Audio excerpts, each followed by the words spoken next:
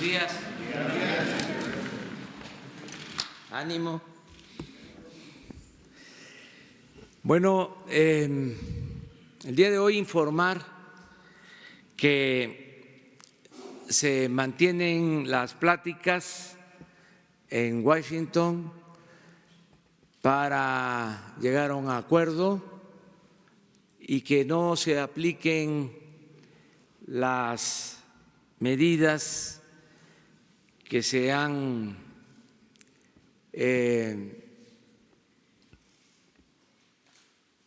definido de manera unilateral, medidas arancelarias, impuestos, tarifas que afectan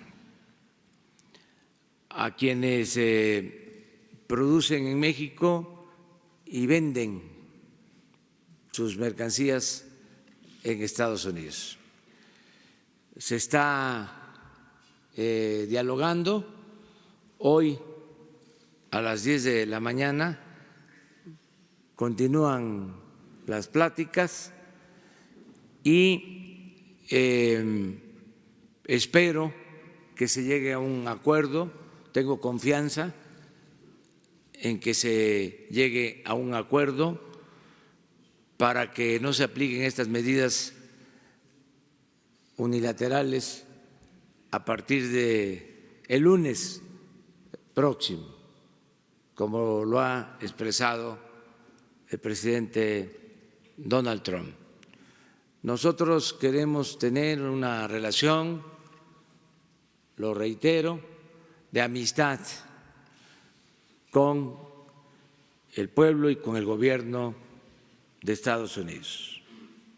Esa es nuestra postura y para definir este asunto, para fijar con mucha claridad esa postura de conservar una relación de amistad, vamos a llevar a cabo y estoy convocando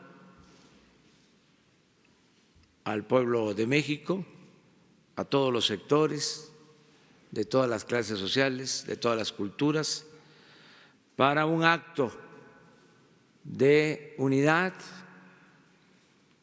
en defensa de la dignidad de México y en favor de la amistad con el pueblo de Estados Unidos. Vamos a llevar a cabo este acto el sábado próximo a las 5 de la tarde en Tijuana, Baja California. Estoy invitando a los gobernadores de todos los estados del país. Voy a invitar a los legisladores federales, locales, de todas las expresiones. Voy a invitar a los ministros de la Suprema Corte de Justicia y a los integrantes del Poder Judicial. Voy a invitar a dirigentes obreros, dirigentes campesinos, a dirigentes de organizaciones sociales. Voy a invitar a líderes religiosos. Voy a invitar a dirigentes empresariales. Es un acto de unidad para defender la dignidad de México y en favor de la amistad con el pueblo de Estados Unidos. El sábado próximo a las 5 de la tarde en Tijuana. Ya se va a dar a conocer en el transcurso del día de hoy el sitio en el que nos vamos a congregar. Aviso con tiempo para que los que quieran asistir pues ya empiecen a prepararse, porque es donde comienza nuestra patria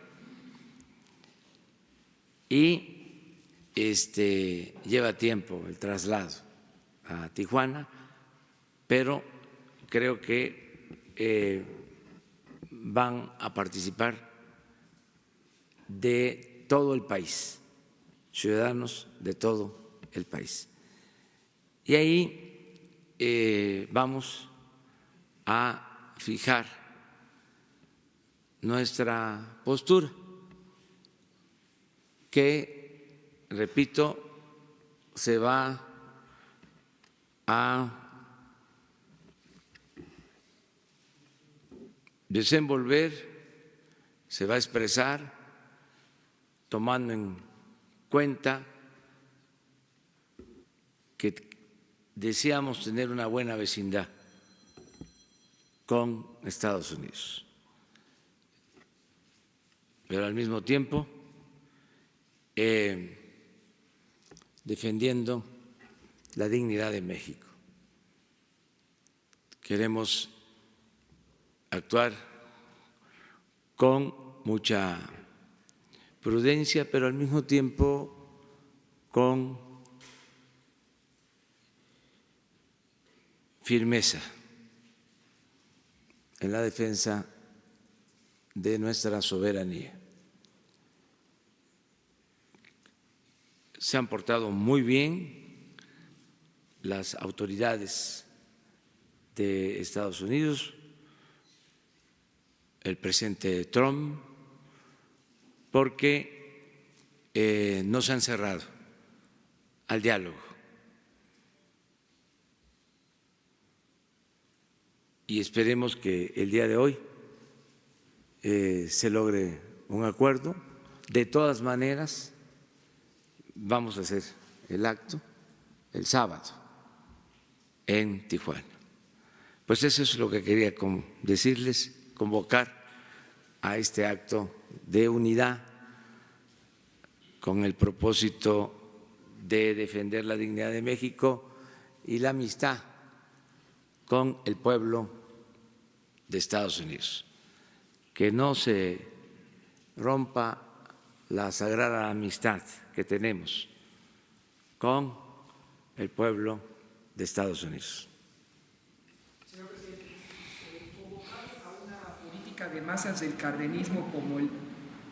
convocar a una política de masas del cardenismo como el 18 de marzo de 1938 en el marco de la expropiación petrolera, ¿qué repercusiones podría tener en la visión de los duros, los halcones de Washington como Marco Rubio, el senador de ascendencia cubana por Florida, quien dice México debe proteger su frontera sur? Y dice él que es una frontera porosa, como se le preguntaba a usted, señor presidente. El periódico New York Times hoy en la mañana propone que México sea un estado que revise la condición de los inmigrantes que proceden del Triángulo del Norte y que México dé así cuentas a Washington para saber quiénes ingresan de esa parte de la geografía del sur al norte del Suchiate, y si usted estaría en condición de compartir esa política. México revise esa condición de los inmigrantes que llegan del sur al norte del Suchiate, y qué respondería en esa condición si aplica usted la política de masas del cardenismo al senador Marco Rubio por Florida. Bueno, nosotros no queremos polemizar, confrontar, para nada. Tenemos ya una propuesta que el día de ayer se presentó en lo que tiene que ver con la política migratoria, y hoy a las 10 se va a tener otro encuentro y está informando el secretario de Relaciones Exteriores, Marcelo Ebrard sobre estos temas. Yo no voy a pronunciarme a fondo, en definitiva, hasta el sábado a las 5 de la tarde. Esto no significa que no va a haber información. Marcelo Ebrard va a estar permanentemente informando al pueblo de México y el sábado a las 5 de la tarde yo voy a dar a conocer mi propuesta como presidente de México. Finalmente, señor presidente, ¿cree que en su momento Nixon y sus sucesores que establecieron la operación Intercepción con México, esa operación Intercepción ahora llevada a términos del lenguaje del presidente Trump, fracasen o a partir del lunes Estados Unidos aplique aranceles a las exportaciones o las importaciones de México? Pues yo estoy optimista, yo pienso que se va a llegar a un acuerdo, lo deseamos. Siempre hemos dicho que lo mejor es el diálogo y el acuerdo, que eso es lo que más conviene a Estados Unidos y a México, que no es recomendable la confrontación y así además lo está expresando el pueblo de México. Quieren que se mantenga una relación de amistad con el pueblo y con el gobierno de Estados Unidos. Entonces, por ahí vamos a actuar sin amenazas, sin balandronadas, con mucha responsabilidad.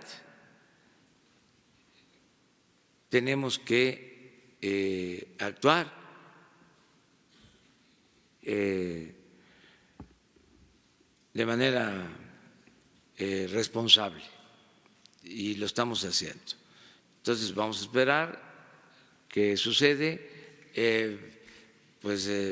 Hay quienes quisieran que nos confrontáramos. Nosotros vamos a cuidar la relación con el gobierno de Estados Unidos, vamos a cuidar la relación con el presidente Trump, pero sobre todo vamos a cuidar la relación con el pueblo de Estados Unidos. Eso es lo que más nos importa, el tener muy buena relación con los estadounidenses. Vamos acá, ya empezamos. Bueno, los dos. Buenos días. Tengo dos preguntas. La primera, Alejandro Piñón de Mega Noticias TVC. La primera tiene que ver con que la agencia Reuters decía que la reacción del presidente podría ser imponer aranceles a algunos productos estadounidenses. Esto con la intención de golpear la base electoral del presidente Donald Trump. Saber qué responde ante eso usted y si es que este plan de acción estaría anunciándose el próximo sábado. Bueno, estamos atentos a los resultados de las pláticas y estoy optimista, pienso que se va a llegar a un acuerdo. Y se está escuchando la opinión de todos, de empresarios, de los obreros, de los gobernadores. Ayer me reuní con gobernadores del PRI, se habló del tema, estoy escuchando la opinión de todos y no quiero todavía hablar de una posible respuesta en el caso de que se impongan de manera unilateral estos aranceles. Sí, todo se está analizando, todo es un tema, yo diría que de interés público, no solo lo está haciendo el gobierno, lo está haciendo la gente. Baste ver las redes sociales, las benditas redes sociales, allí están las más variadas opiniones, todas las recomendaciones. Yo siempre veo las redes sociales, siempre estoy atento de lo que se opina, es una forma de estar recogiendo los sentimientos de la gente. Además, tengo comunicación constante con los ciudadanos de manera directa, los que no interactúan en redes sociales, también tienen opinión sobre el asunto y los escucho y estamos pues en sintonía. Siempre vamos a estar consultando a los ciudadanos.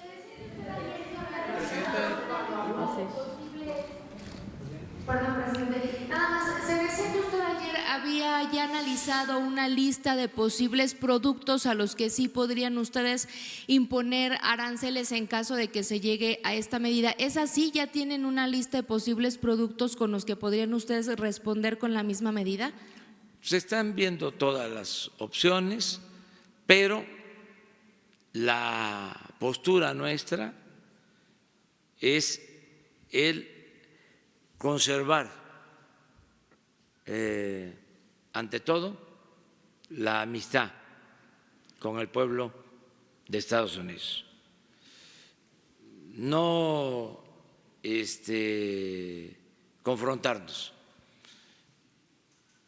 Estamos analizando todo. Hay quienes hablan de diversificar las relaciones económicas, comerciales, financieras. Pues lo que ha sido el tema en política exterior desde hace mucho tiempo, el de no poner, decía Porfirio Díaz, todos los huevos en una canasta, diversificar. Él lo hizo.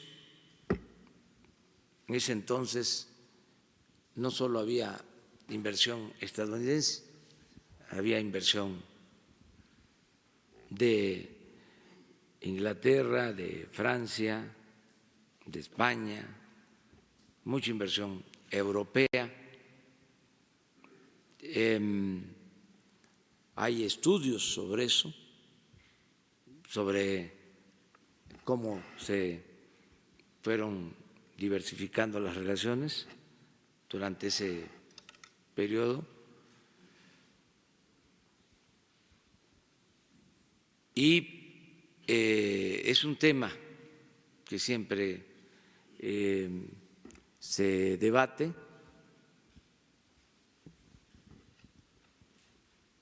Todo eso lo tenemos que ver. Yo pienso que sin cerrarnos al resto del mundo, manteniendo relaciones comerciales con todos los países del mundo, debemos de darle atención especial a nuestra relación con Estados Unidos. No, se está llevando a cabo esta negociación, posible acuerdo a través del secretario de Relaciones Exteriores de México y de un equipo que lo acompaña, y estoy informado de que están participando el vicepresidente de Estados Unidos, del secretario de Estado, entre otros. Entonces, se está manteniendo un buen diálogo, muy respetuoso, eso se puede decir porque es real. Hay desde luego discrepancias, pero ayer se acordó de que se continuaran las pláticas. El presidente Donald Trump puso un mensaje después de las pláticas en ese sentido, de que hoy a las 10 se va a mantener el diálogo buscando un acuerdo, y en eso estamos. Y bien.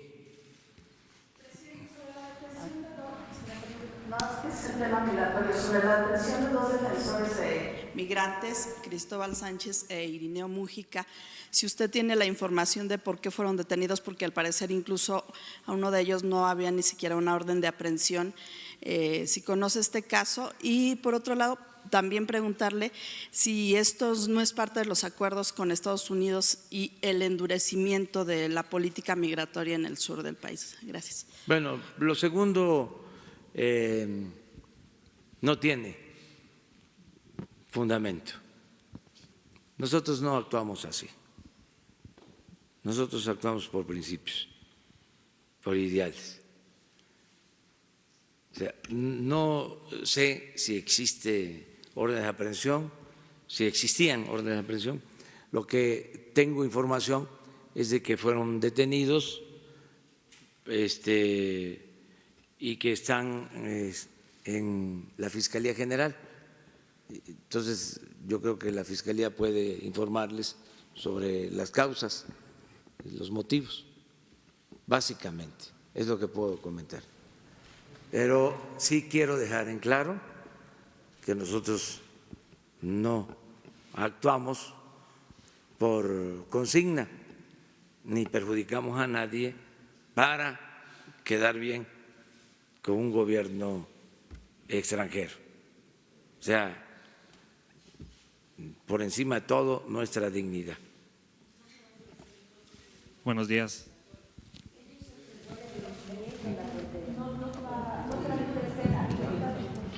Sí. Buenos días.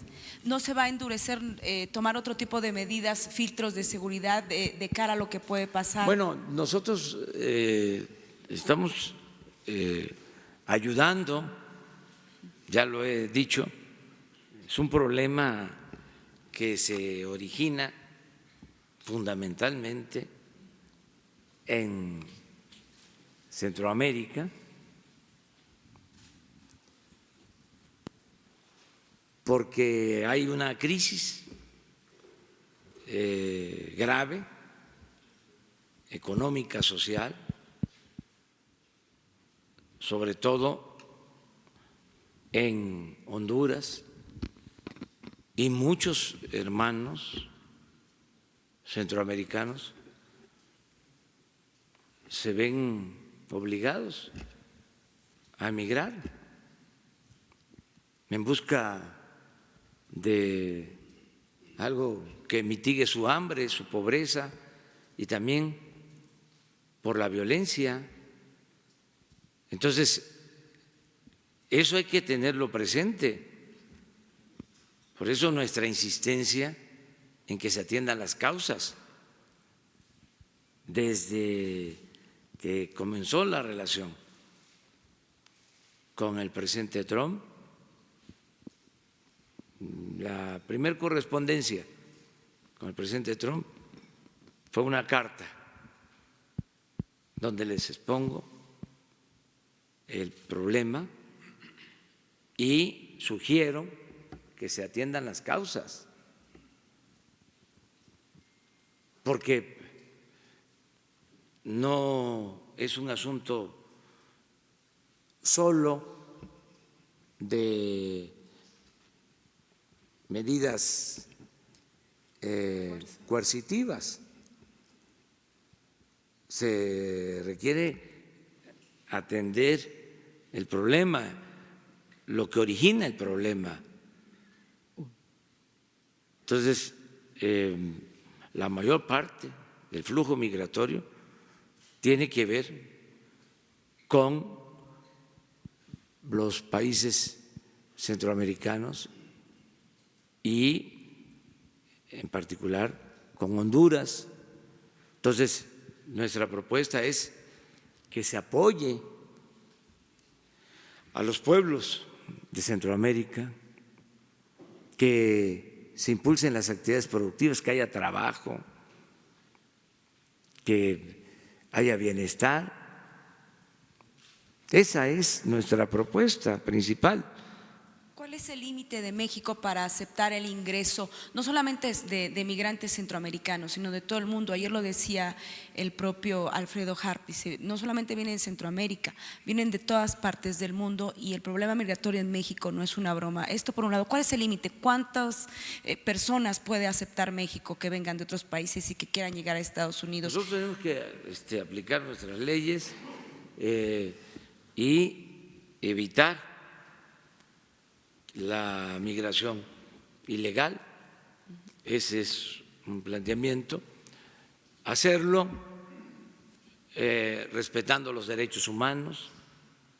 Una de las cosas que debe saberse es que en esos migrantes vienen niños, miles de niños, y niños solos, sin padres. Es una crisis profunda, humanitaria. Entonces, no se puede atender cerrando fronteras. Se tiene que atender en donde se origina el problema social.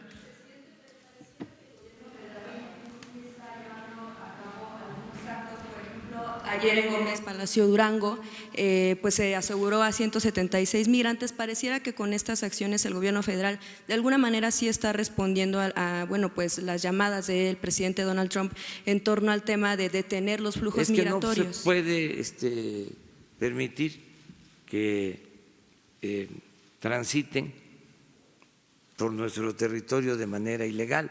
O sea, tenemos nosotros que aplicar las leyes sin violar los derechos humanos y al mismo tiempo pidiendo que se atiendan las causas que originan el fenómeno migratorio. ¿Seguirán este tipo de detenciones entonces a lo largo de todo el territorio mexicano?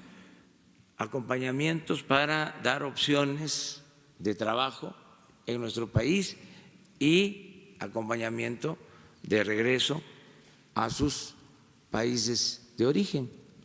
En el caso nada más. Presidente, solamente aprovechando, ¿usted tiene conocimiento de que el presidente Donald Trump intentó comunicarse con usted antes de anunciar la medida de los aranceles del 5%? ¿Tiene conocimiento de que intentó comunicarse? ¿Usted no pudo tomarle una llamada? ¿Cómo estuvo eso? No, ¿No se enteró? tenemos muy buena comunicación. O sea, en el caso de que fuese de esa forma, en una ocasión sí andaba en un viaje en donde no hay señal. Sí, no, pero quisimos comunicarnos, pero ya no fue posible, pero no era para este tema. ¿Del acero? Sí, para lo del acero, básicamente. O sea, qué bueno que ustedes me ayudan. ¿Qué ministros le han confirmado que van a ir el sábado a Tijuana y si ha convocado también a los dirigentes de los partidos? Todos, la convocatoria es amplia, a todos los mexicanos se va a invitar. Muy buenos días, presidente. Desde ahora les estoy dando a ustedes la primicia. De la convocatoria a los ministros o a los dirigentes de partidos. No, a partir de ahora. O sea, es aquí donde lo estoy dando a conocer. Qué mejor lugar, qué mejor momento. Sin presumir, esta es la conferencia que más se ve, o sea, que más se escucha. Entonces, aquí hacemos la convocatoria, el llamamiento a todo el pueblo. Muy buenos días, presidente. Rafael Herrera, corresponsal de Sin Censura con Vicente Serrano. Presidente, es una crisis migratoria la que nos tiene en este panorama, pero la crisis se viene desde hace años. En Estados Unidos hay paisanos que están detenidos en centros de detención por meses y hasta años.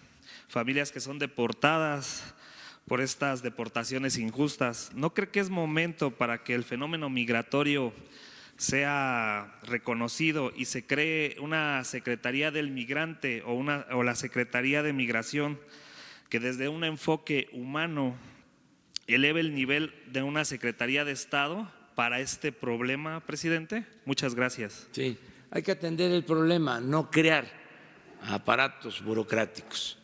Ya eso no sirve, o sea, más oficinas y burocracia y gastos. No. El gobierno de México tiene capacidad para atender el problema y lo está haciendo bien. Y lo que se necesita pues es convencer, persuadir de que hay que apoyar el desarrollo de los pueblos y que haya empleo. Estoy totalmente de acuerdo con usted, presidente, pero ¿no cree que hay una deficiencia en muchas partes de la burocracia de las embajadas y los consulados? ¿No cree que una secretaría podría reforzar en este caso este fenómeno migratorio? No, ya existe la Secretaría de Relaciones Exteriores y está cumpliendo con su responsabilidad. El trabajo que está haciendo Marcelo Ebrard y el equipo que está en Washington es muy reconocido, es de primera. Tenemos una extraordinaria embajadora de México en Estados Unidos, Marta Bárcenas, con 30 años de experiencia en política exterior, en diplomacia. El equipo es de primera y todos tenemos que ayudar, todos tenemos que apoyar, y por eso esta decisión de convocar a todos los ciudadanos a que unidos defendamos la dignidad de México y al mismo tiempo nos pronunciemos por mantener inalterable la amistad con el pueblo de Estados Unidos. Muchas gracias, presidente. Ustedes. Buenos días, presidente. José Sobrevilla, de Noreste de Veracruz. ¿Qué acciones seguirá su gobierno ante los casos de nepotismo que se registran en el gobierno morenista de Cuitláhuac García en Veracruz, donde su primo, Eleazar Guerrero, es subsecretario de Finanzas y Administración del Gobierno del Estado y dos de sus hijos, Eleazar, Nitzia Araceli es directora de atención a la población vulnerable del DIF estatal involucrada en el pago de empresas fantasmas en desayunos infantiles, y su hijo Eleazar Guerrero, director de vinculación ciudadana de la Secretaría de Seguridad, también ha estado involucrado en el escándalo de la compra de unas patrullas. El cuñado de Eleazar es ha sido subdirector de administración del Consejo Estatal de Seguridad Pública. Y el primo de Eleazar también ha sido director de Patrimonio del Estado y su nombre es Belisario Reyes Herrera. ¿Cuáles serían las medidas que su gobierno tomaría en este caso, que es una demanda de los veracruzanos? Bueno, nosotros estamos recomendando que no haya nepotismo, que no se le dé trabajo a familiares, que no pase lo que sucedía antes. Por ejemplo, en Veracruz, que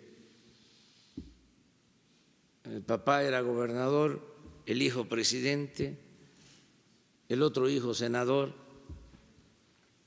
O sea, ya no.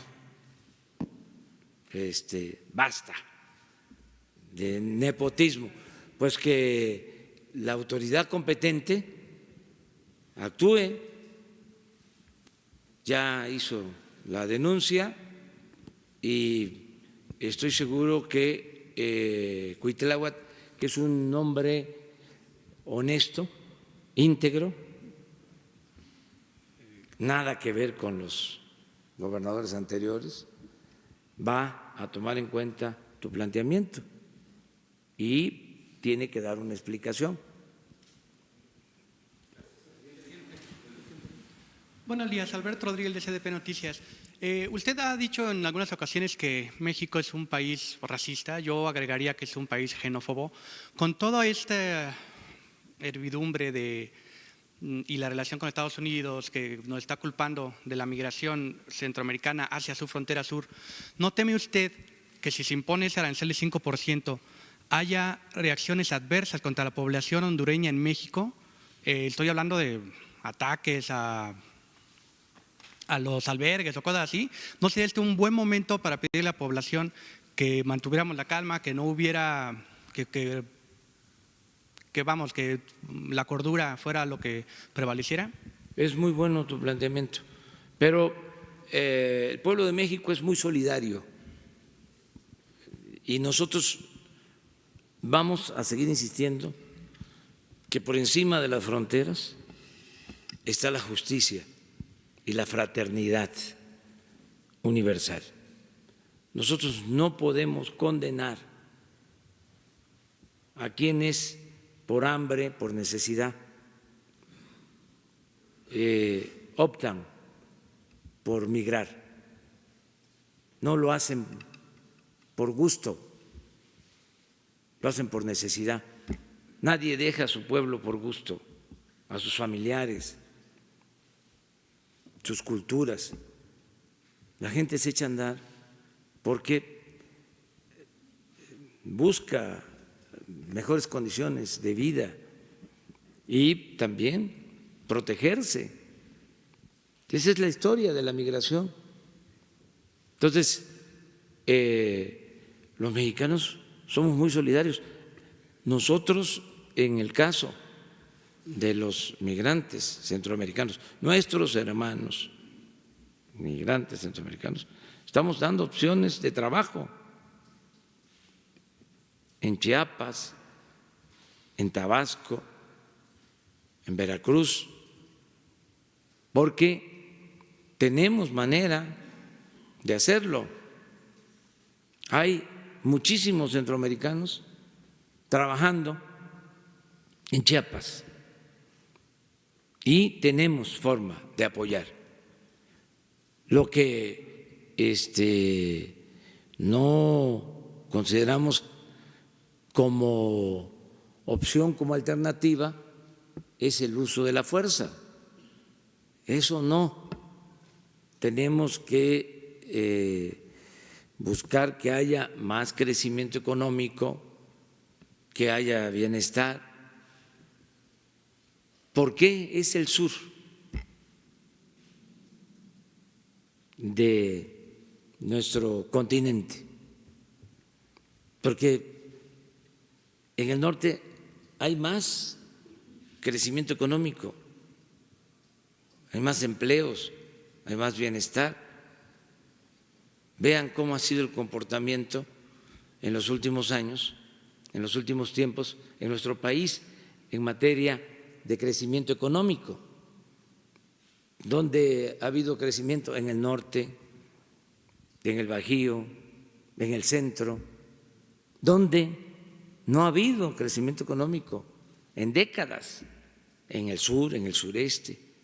Pues esto se extiende a Centroamérica, ¿sí? Y últimamente se ha agravado la crisis económica y de bienestar social en Centroamérica. Entonces, ¿qué es lo más recomendable? Pues impulsar las actividades productivas, crear empleos. Y nosotros ya lo estamos haciendo. Y si es necesario, les decía yo, les comentaba, vamos a ampliar los programas de rescate al campo y de creación de empleos. En Chiapas se están sembrando 200,000 hectáreas de árboles maderables y frutales, 80,000 empleos. Pero si es necesario, nos vamos al doble en Chiapas, a 400,000 hectáreas, 160,000 empleos.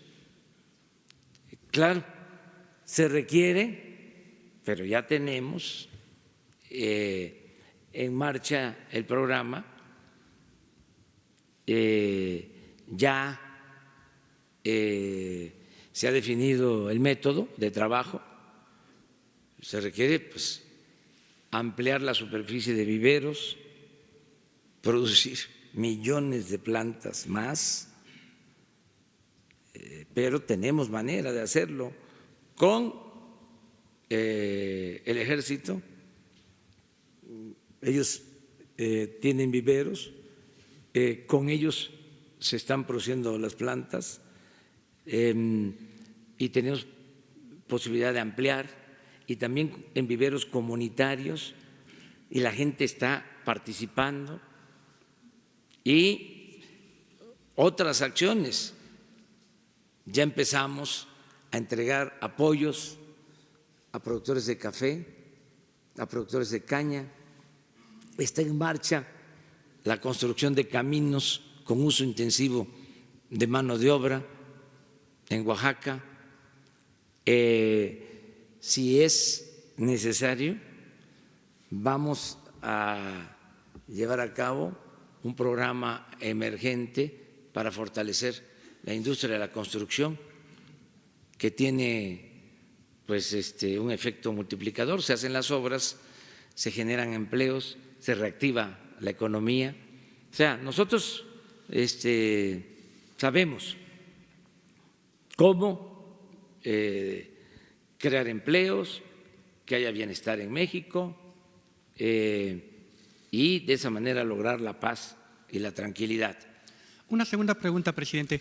¿Qué opinión le merece que un expresidente haya utilizado esta coyuntura con Estados Unidos para lanzar una recomendación a su gobierno con el logotipo de su próximo partido político? No sé, no estoy enterado. O sea, no, de verdad, no. Pero no sabía. A ver, ustedes, tú. Sí. Sí. Entre los compromisos no cumplidos del gobierno del presidente Enrique Peña Nieto está lo que en un principio denominó autopista Acapulco-Huatulco, 500 kilómetros aproximadamente, y que quedó en una ampliación de solamente 80 kilómetros. Se va a continuar con esta obra, está paralizada. Durante 6 años solamente construyeron 80 kilómetros. Pasa por una de las regiones más importantes de la que es la Costa Chica, los que usted conoce, los pueblos originarios, los pueblos afrodescendientes, donde habitan estos pueblos bajo la dominación de caciques vinculados al narcotráfico, protegidos por grupos policíacos y a veces hasta del ejército. Pues es La Costa Chica de Guerrero y la costa de Oaxaca, sí es una región abandonada, marginada,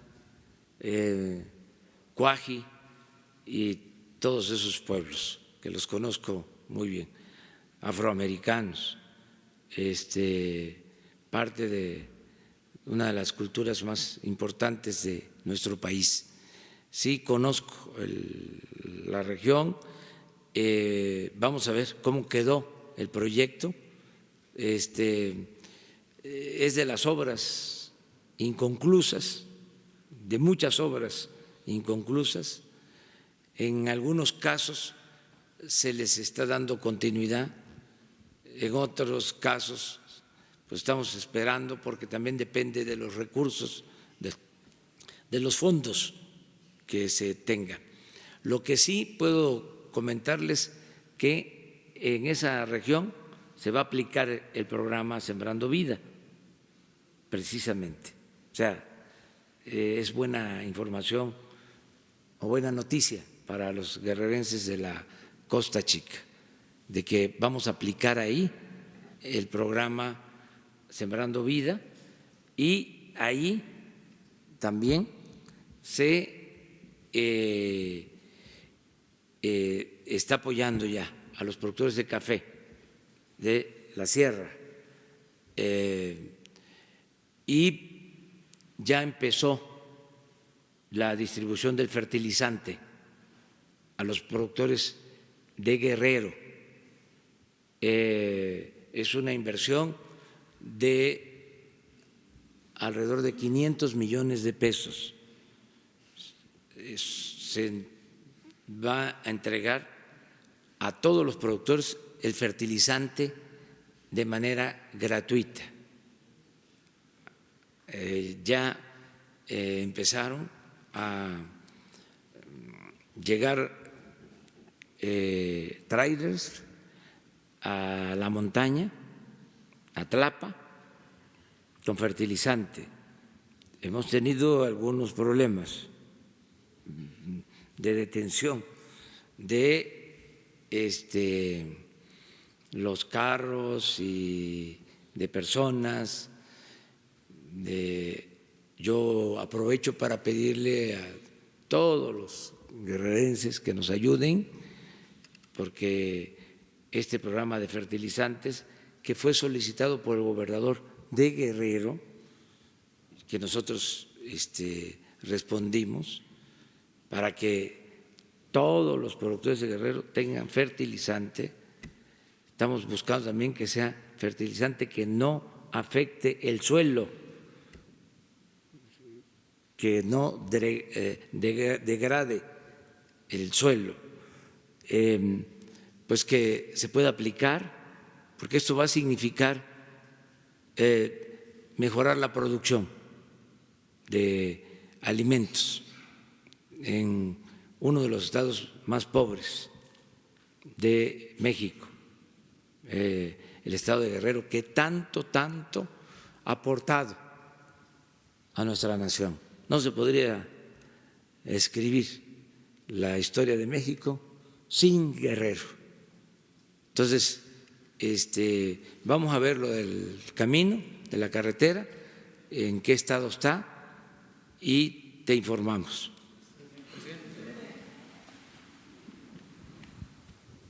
Marco Antonio Olvera, de Radio Latino, California. Presidente, ¿cuál es la posición de Canadá? Si usted ha tenido una conversación con Justin Trudeau sobre este tema, porque finalmente esta negociación es de tres, Canadá, Estados Unidos y México, se ha mantenido una relación. ¿Cuál es la posición de Canadá con respecto a apoyo a nuestro país? Porque finalmente es un negocio de 13. Sí, es buena la relación con Canadá. Nos comunicamos, desde luego, entre funcionarios, la Secretaría de Relaciones Exteriores, la Secretaría de Economía, con funcionarios de Canadá. Cuando lo del acero se llegó a un acuerdo conjunto, son muy buenas las relaciones con Canadá. se está separando lo del tratado de este tema. Nosotros consideramos que se va a ratificar el tratado, tanto en México como en Canadá. En Estados Unidos puede haber más debate, no así en el caso de Canadá, y sin duda no va a haber ningún problema en México. Ya está la propuesta y se va a aprobar en nuestro país, de eso no hay duda. Y en el análisis de todas las opciones que se están viendo, desde luego que se contempla el mantener la relación comercial, económica, financiera con Canadá, o sea, como un país con el que podemos no solo continuar en el marco del tratado con Estados Unidos, del tratado comercial, sino también el poder llevar a cabo acciones bilaterales con Canadá. Pero es muy buena la relación. Presidente, ¿a partir de cuándo implementaría el tema de quién es quién en la impartición de justicia? Lo digo porque tal parece que algunos jueces han convertidose en un talón de Aquiles para el desarrollo del país. Le pongo un ejemplo. La jueza Luz María Ortega Tlapa ha otorgado amparos en su momento cuando el Chapo para que no fuera extraditado hacia Estados Unidos. También otorgó un amparo al jugador de fútbol Rafael Márquez para abrir sus cuentas bancarias. Otorgó amparo a Emilio Lozoya para no ser detenido. Y también otorgó otro amparo al dueño de FICREA. Y ahora tal parece que, y si va a haber, o cuál es el avance con el poder de la Suprema Corte, ahora que se ha denunciado a Eduardo Medina Mora, que pues ha transferido millones de dólares a cuentas bancarias del Reino Unido. ¿Cuándo implementará ese sistema de quién es quién en la impartición de justicia? Porque, insisto, se ha convertido en un talón de Aquiles para el desarrollo del país esta parte que gobierna en México. Bueno, pues esta sección queda inaugurada ahora. Ya tú comenzaste. Lo más importante de todo es la transparencia. O sea, miren, lo que aquí se dice, no exagero, pero sí tiene un efecto. Todo lo que decimos en este colectivo. Entonces, ¿cuándo inauguramos el quién es quién? Ya. O sea, lo que ustedes están planteando, lo que yo planteo y voy a seguir haciendo para acabar con la corrupción, que todos ayudemos, que no nos callen, que no haya silencio, que se hagan denuncias.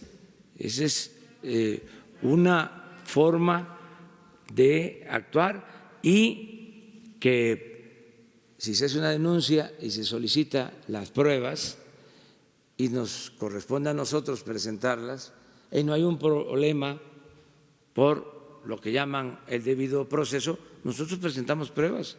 O sea, toda la transparencia, la vida pública cada vez más pública, y se acaba,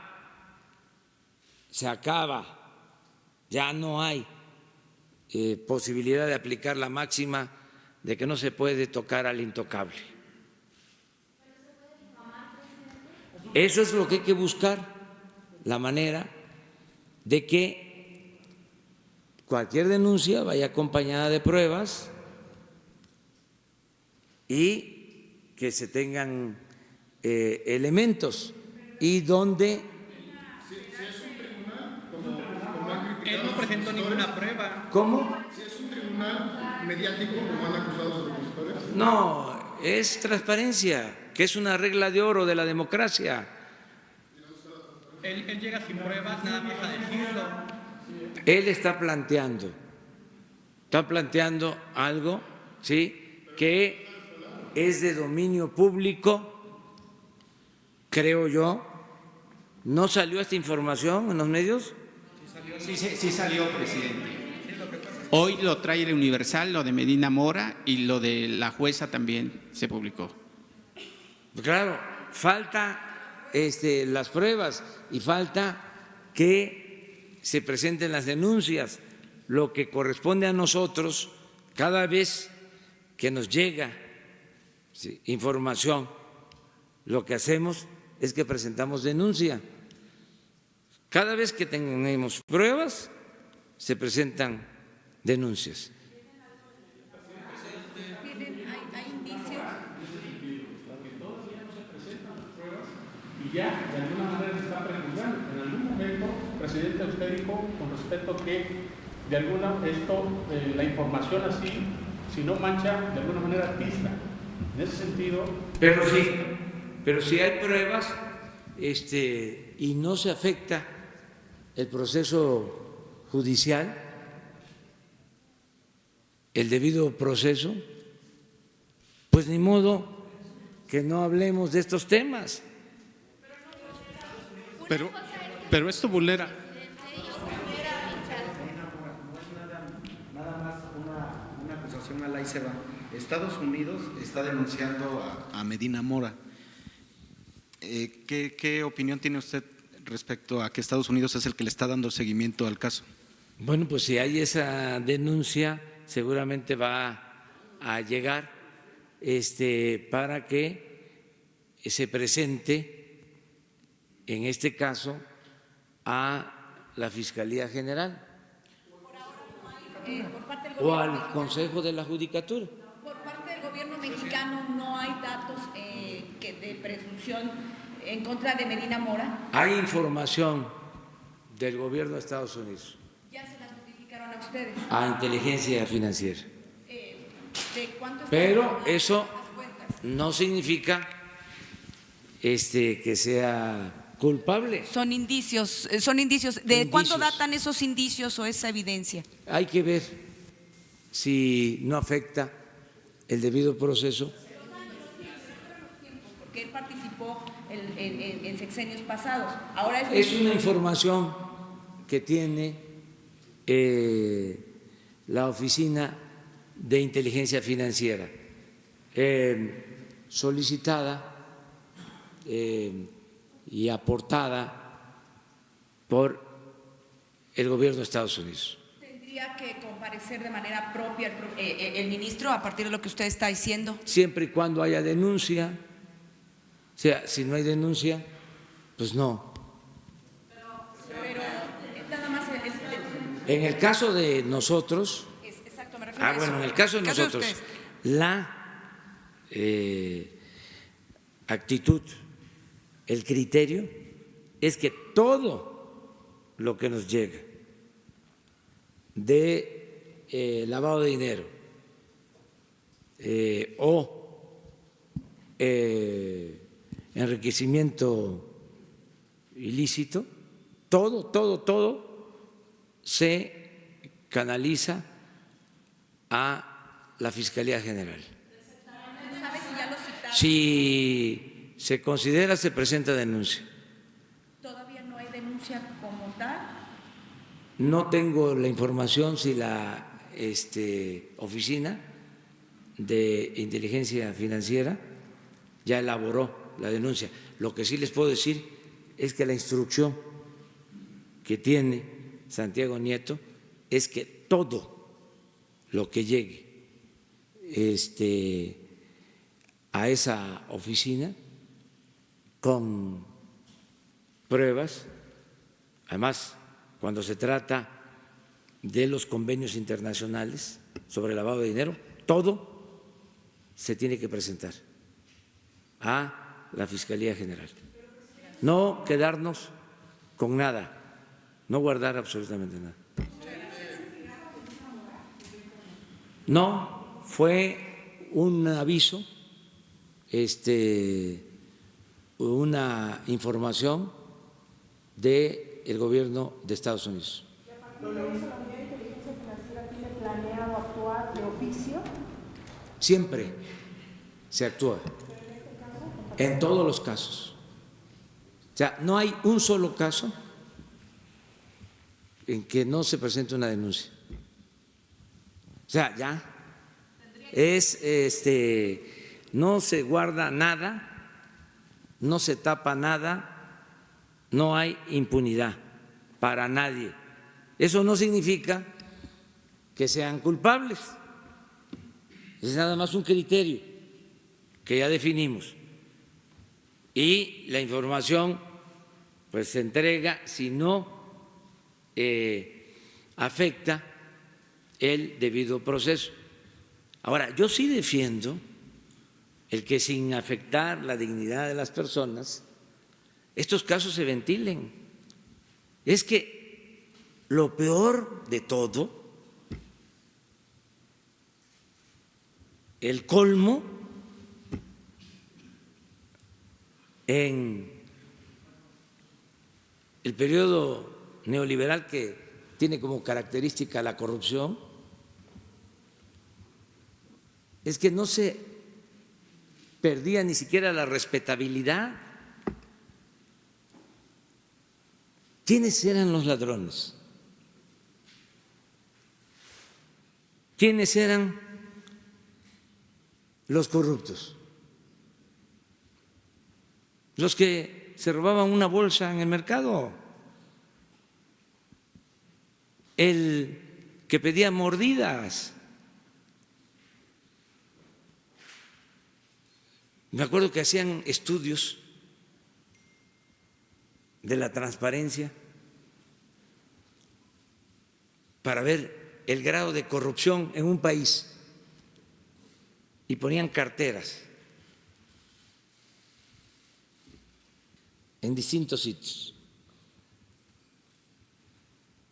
para ver cuántas carteras se perdían y cuántas se dejaban en el sitio. Y así se medía el grado de corrupción. Cuando estaban saqueando, imagínense lo que es entregar el 40% del territorio nacional para la explotación minera.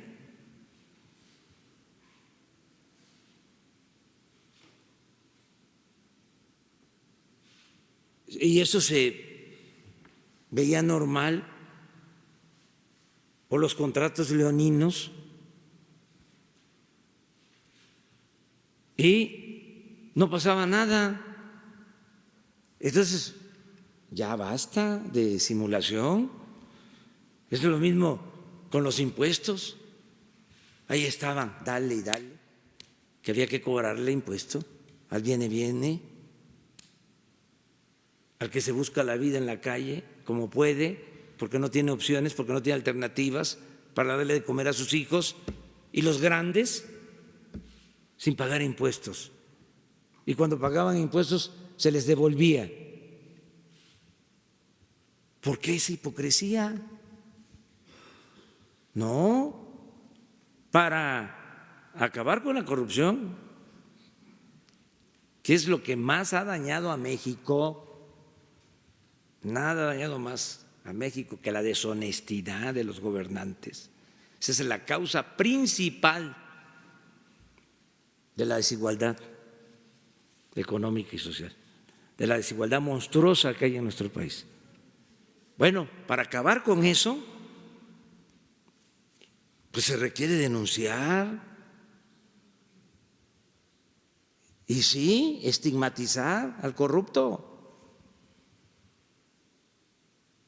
Que no se le aplauda, que no se le considere astuto, vivo,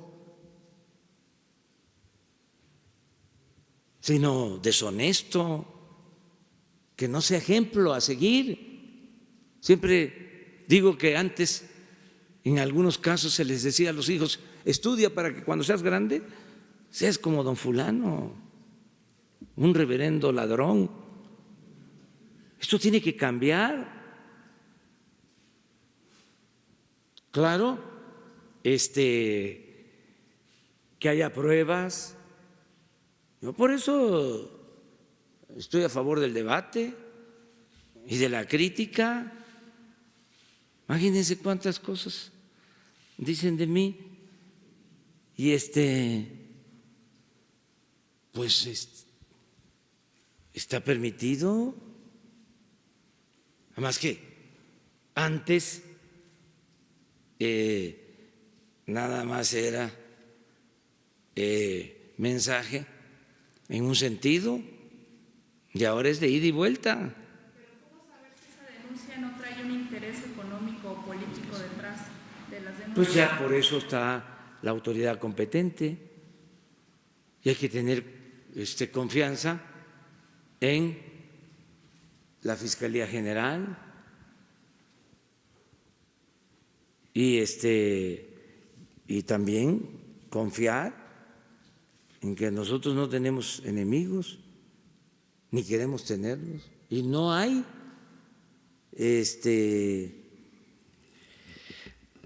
ninguna indicación para afectar a nadie. Lo único que hay es no permitir la corrupción, cero corrupción. Toda la réplica que sea necesaria, toda, y polemizar y nada más pues con respeto.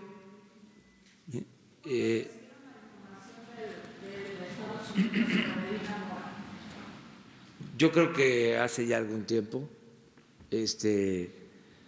no sé exactamente, pero le voy mañana les contesto. ¿Ya lo sabe, ministro presidente? No sé. ¿Usted ha tenido conversaciones con él? No. ¿No le ha comentado esa parte? No. ¿No trató el tema con el ministro Saldívar? No.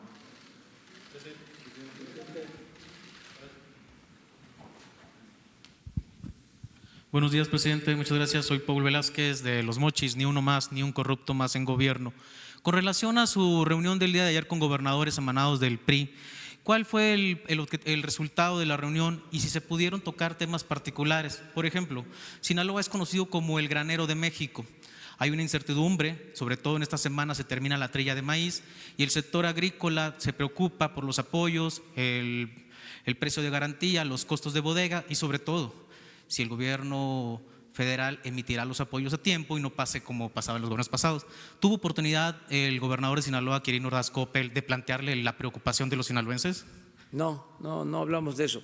Fue una conversación general como la que sostuve con los gobernadores del PAN, o que surgen del PAN, igual, y como está en debate o se está hablando del tema de los aranceles, de los impuestos, pues sobre eso platicamos con los gobernadores del PRI. Muy buena reunión, igual que con los gobernadores del PAN. Hay una muy buena relación, por eso creo que nos van a acompañar el sábado, que van a asistir el sábado a este encuentro de todos para fortalecer la grandeza de México y promover también la amistad con el pueblo de Estados Unidos. Segundo tema, presidente. Con relación al día de ayer, tengo entendido que hoy tienen su agenda una reunión con los grupos de padres de ABC. Si es cierto, ¿cuál es su expectativa de resultado? Si convocará a la unidad a un solo frente, no estar dispersos, y sobre todo si también la podemos participar y cubrirla, la reunión, como medios. Bueno, tengo entendido que se logró que un grupo mayoritario y con anuencia de casi todos vengan hoy, estén hoy en la tarde, a las 6 de la tarde. ¿Aquí en Palacio? Aquí en Palacio. La unidad. Yo lo que propondría es de que nos reunamos con ellos para que se pueda hablar bien.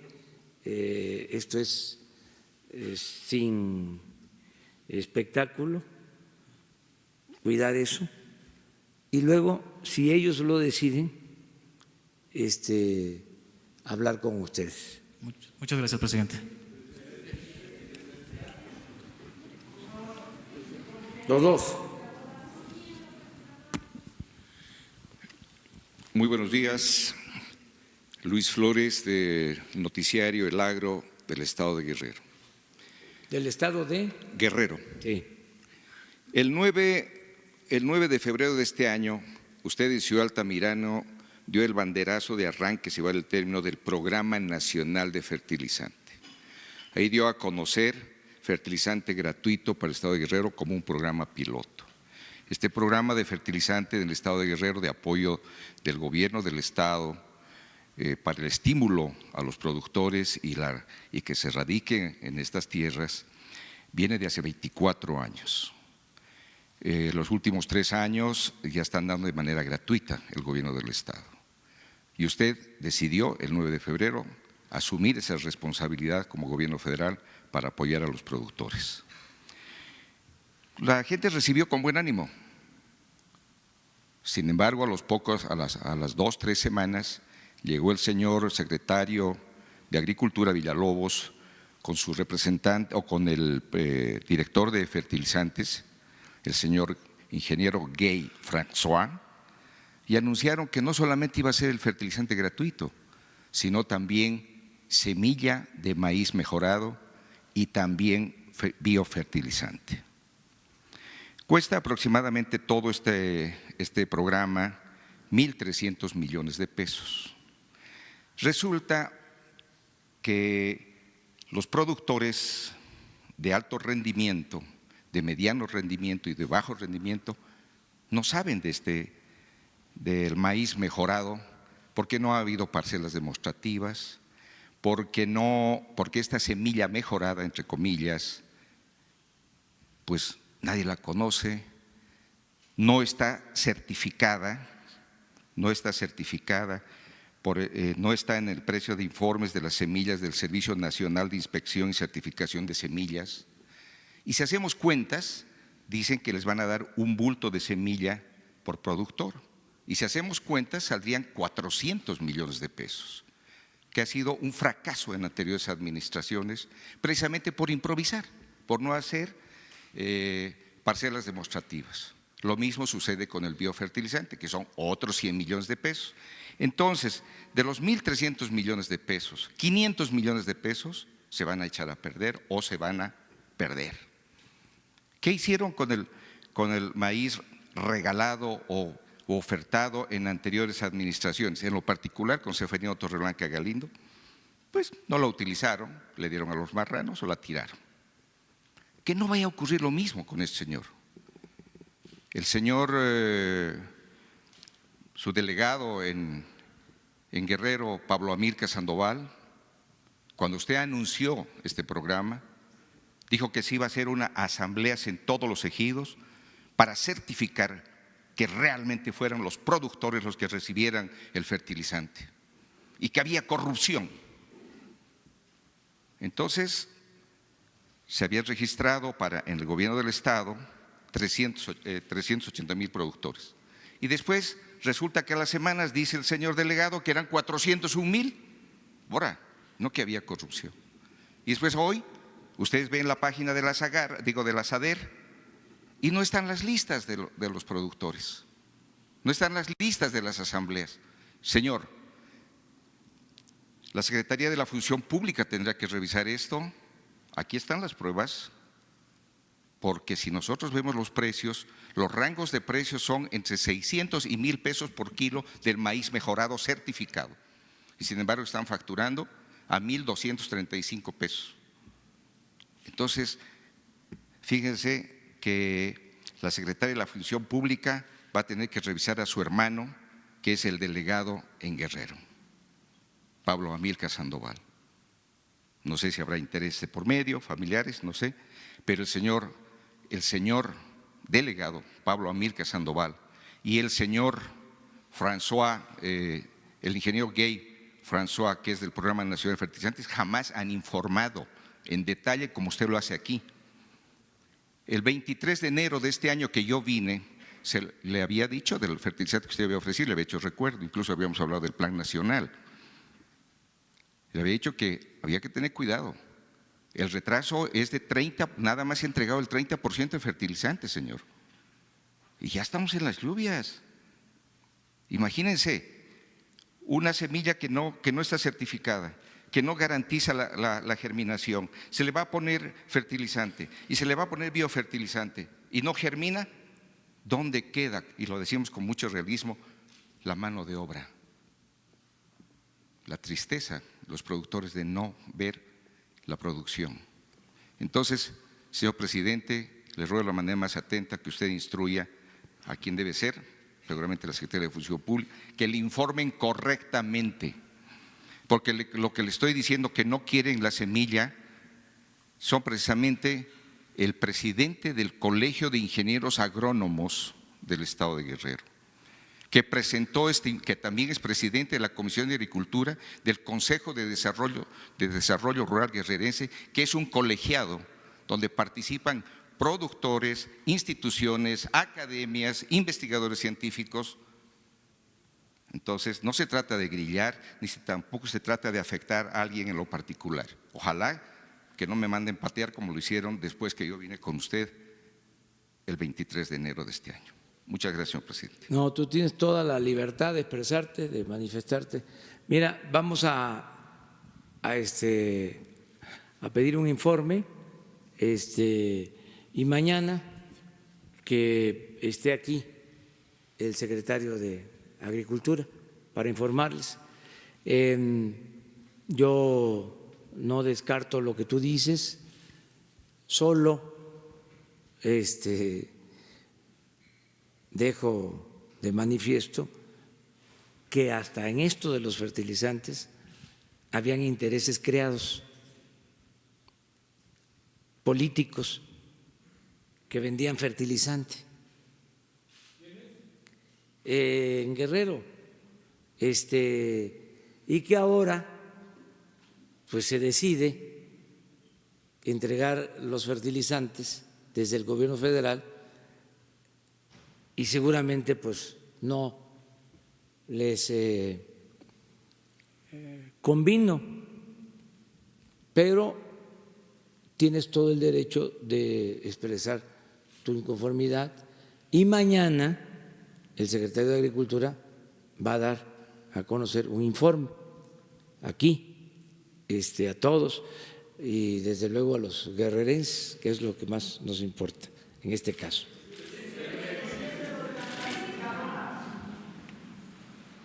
Buenos días a todos. Alberto Morales, del periódico El Universal. Presidente, dos preguntas.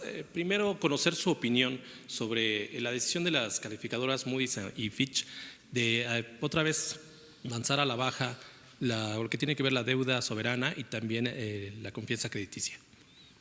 Pues respetamos esa opinión, pero seguimos sosteniendo que vamos bien, que va a crecer más la economía, que cuando menos va a crecer al 2% y que en el sexenio vamos a cumplir el compromiso de crecer al 4%.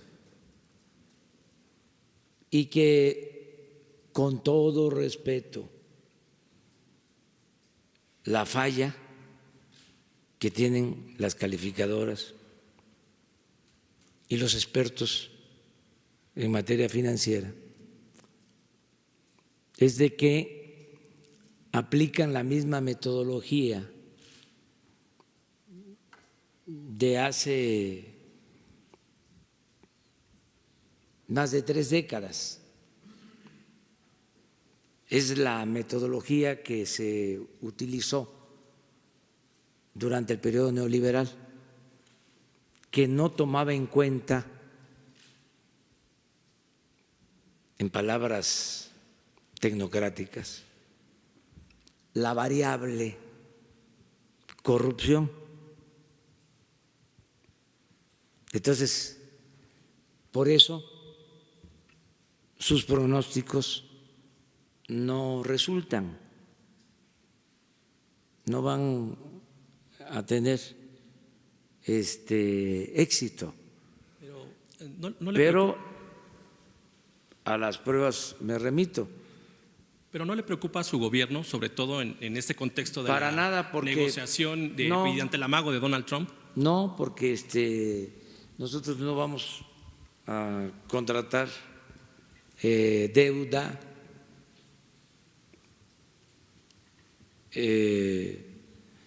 o mejor dicho, no vamos a aumentar la deuda pública. Tenemos finanzas públicas sanas, está muy bien la recaudación,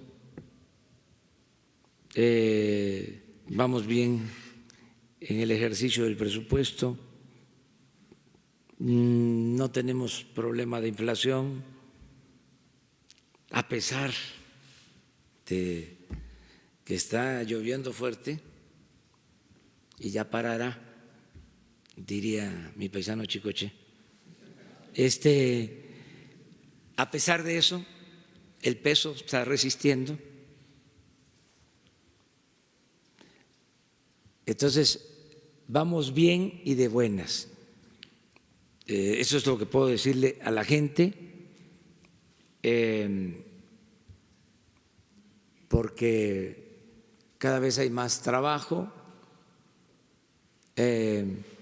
aumentó el salario, eso no lo dicen los expertos.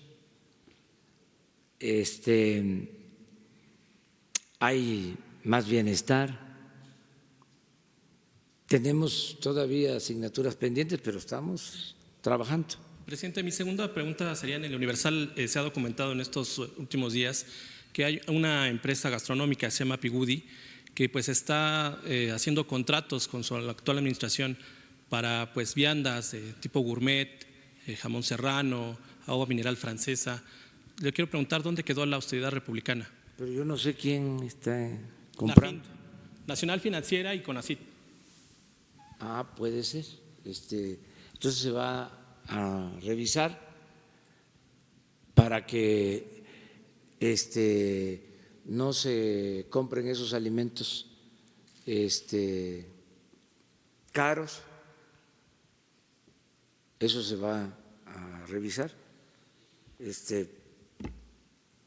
Qué bien que el Universal está pendiente de que no haya extravagancias y se lo agradecemos. Pero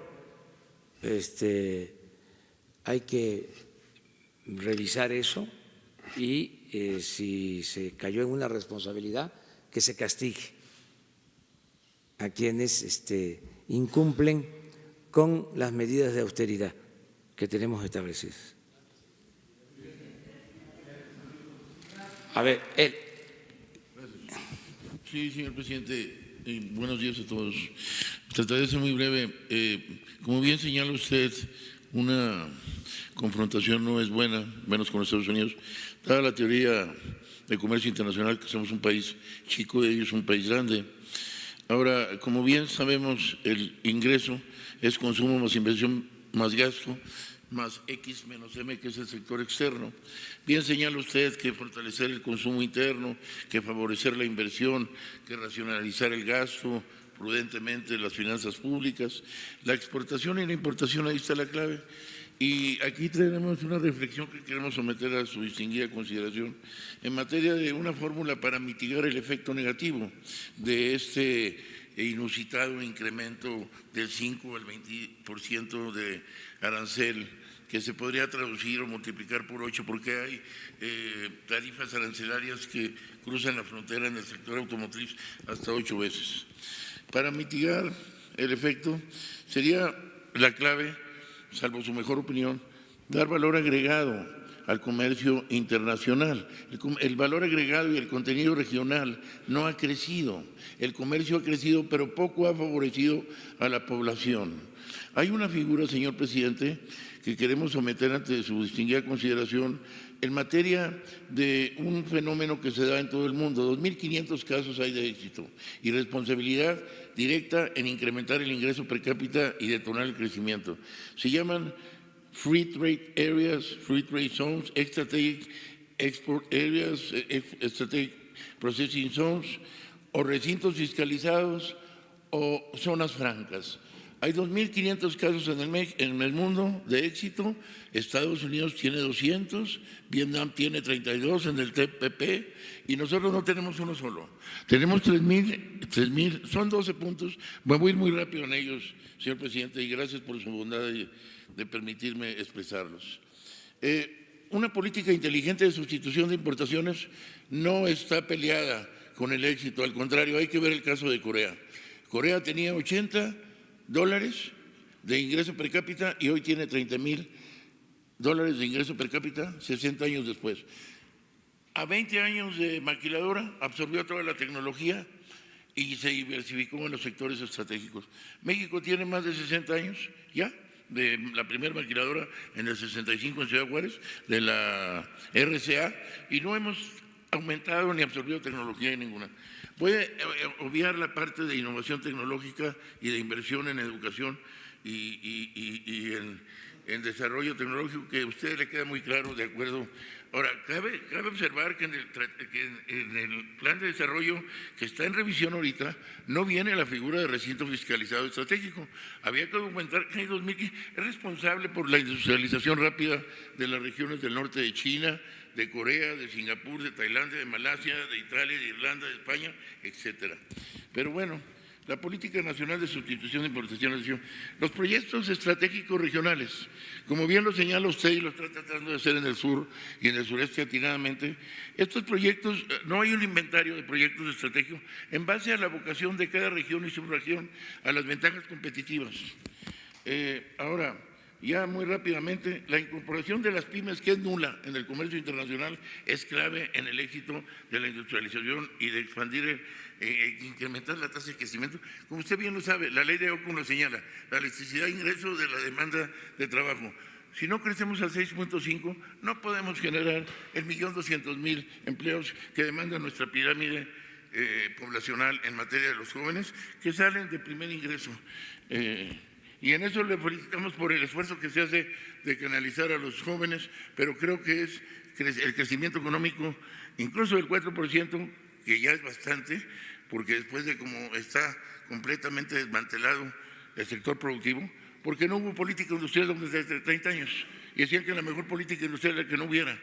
Y no, había que transformar la sustitución de importaciones, pero era necesario llevar a cabo una política industrial proactiva que hoy ustedes en el gobierno federal están muy interesados en llevar a cabo.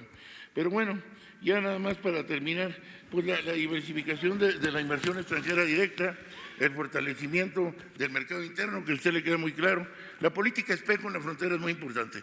Y no hay que olvidar que históricamente, en 300 años de observo histórico, científico y de datos duros, las fronteras se fortalecen. Las fronteras se fortalecen, como también debe ir la política, que ahí sí estamos muy bien, en cuestión de asistencia social, de programas sociales, de la periferia hacia el centro, como usted lo señala. Y bueno, pues nada más, aquí la situación, si hubiéramos tomado la medida de recintos fiscalizados estratégicos, Free Trade Areas, Export Processing Zones, Free Trade Areas, etcétera, Foreign Relations, ya tuviéramos un ahorro en balanza de pagos de $5,000 millones anuales. Porque hay que ver, la exportación se hace más competitiva y la importación se abarata. El gran porcentaje de la importación es para insumos para exportar. Si tenemos una sobrevaluación de 500, 600, 700 y hasta $1,000 por contenedor en materia de importación, porque no tenemos. Del lado americano, por ejemplo, Nuevo Laredo, que es el principal bastión de comercio internacional, que es el tema que hablamos hoy, tenemos 2,000 bodegas al otro lado. Del lado mexicano, una sola. Del lado mexicano lo que sí tenemos son 20,000 linis y zonas desfavorecidas. Para un mexicano ganar un poquito, una migaja de ese dinero, $360,000 millones en 15,000 cruces diarios, requería irse con su mica ilegal para bajar el estipaje. Pero el almacenaje, el estivaje, el etiquetado y todo son intensivos a mano de obra. A nosotros, desde nuestro lado, hoy nos corresponden esas actividades y a ellos evolucionar. No voy a ahondar más en ese proceso, pero hay mucho que decir. Generar comercio, como bien lo señala, una guerra de comercio internacional contra el país más fuerte del mundo no nos favorece nada. Hay que evitar la confrontación, lo felicitamos por esa postura. Ahora, nada más ya, pues la inversión de proyectos estratégicos y el fortalecimiento, el abatimiento de las asimetrías. Señor presidente, es mucho el tema, pero le agradezco que me haya permitido reflexionar conjuntamente con los compañeros y someter a su digna consideración. Muy bien su exposición y ojalá y no solo se pregunte, sino se hagan análisis así, o sea, nada más es una crítica cariñosa, respetuosa. O sea, no es nada más lo que les piden de las redacciones. A ver, pregunta esto otro. No, el periodismo es análisis, es reflexión, con todo respeto. O sea, no vayan a sentirlo como un regaño. O sea, qué bien lo que planteó el señor. ¿Qué es lo que está diciendo en esencia? ¿Sí? Que no solo es el comercio exterior, y hay un dato que así lo demuestra. Cuando no teníamos el volumen de comercio exterior que tenemos ahora, había más crecimiento económico en México.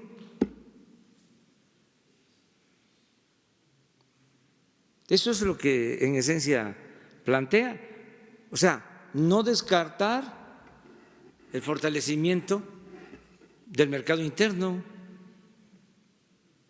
Entonces, en una circunstancia como en la que estamos, escuchar una reflexión así, ¿por qué no?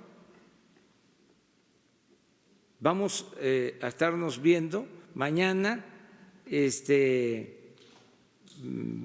seguimos y ayúdenme a convocar, corran la voz, digan de que va a haber este encuentro para unirnos, para defender la dignidad de México y defender al mismo tiempo la relación de amistad con el pueblo de Estados Unidos. Que nada separe la sagrada amistad con el pueblo de Estados Unidos, o entre el pueblo de México y el pueblo de Estados Unidos. Y nos vemos mañana.